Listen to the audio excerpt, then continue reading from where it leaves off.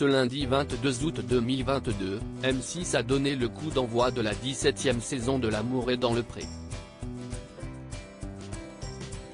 9 hommes et 4 femmes ont décidé de se lancer dans l'aventure, dans l'espoir de trouver le grand amour. Au fil des épisodes, les téléspectateurs vont notamment pouvoir faire la connaissance de Sébastien, un éleveur de cochons corse de 35 ans qui est aussi charcutier et castanéiculteur. Niché au cœur d'une montagne dans un village où il est plus jeune, le charmant brun a bien du mal à nouer des relations. En participant à l'émission romantique, il espère ainsi tomber sur la perle rare. Celle avec qui il pourra fonder une famille et se marier. Sébastien avait en tout cas l'embarras du choix lors de ses speed dating, lui qui a fait venir pas moins de 10 femmes. Parmi elles, la jolie Léa a fait son petit effet. Cette aide-soignante alsacienne de 27 ans s'était déjà démarquée par son courrier. Sébastien lui avait trouvé beaucoup d'humour et de personnalité. Et lors de leur rencontre, la magie a fait son petit effet.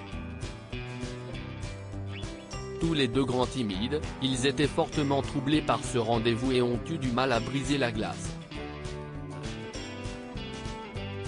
Mais leur regard plongé l'un dans l'autre en disait long, ils se plaisent bel et bien. D'autant plus lorsque Léa a souligné la sincérité de sa démarche, se disant prête à tout pour entamer une relation sérieuse. Des mots rassurants qui ont conquis Sébastien. Complètement charmée elle aussi, Léa est même repartie en pleurs. Une réaction qui n'est pas sans rappeler la première rencontre réussie entre Jérôme et Lucille en 2020.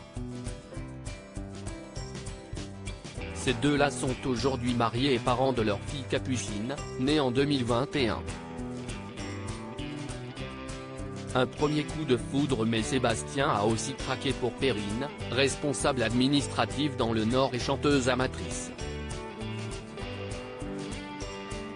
L'agriculteur a été très impressionné par sa prétendante, notamment par sa beauté et son sourire. Il a d'ailleurs admis qu'elle possédait tous les critères qui lui plaisaient. Sans hésiter, il lui a alors presque aussitôt parlé de l'inviter à la ferme. Karine Le Marchand y a vu là un coup de foudre. C'était intense, a estimé de son côté Perrine. Le sentiment est réciproque et la jeune femme est apparue comme une évidence pour Sébastien au moment de faire un choix. Il l'a donc choisi en premier tout naturellement.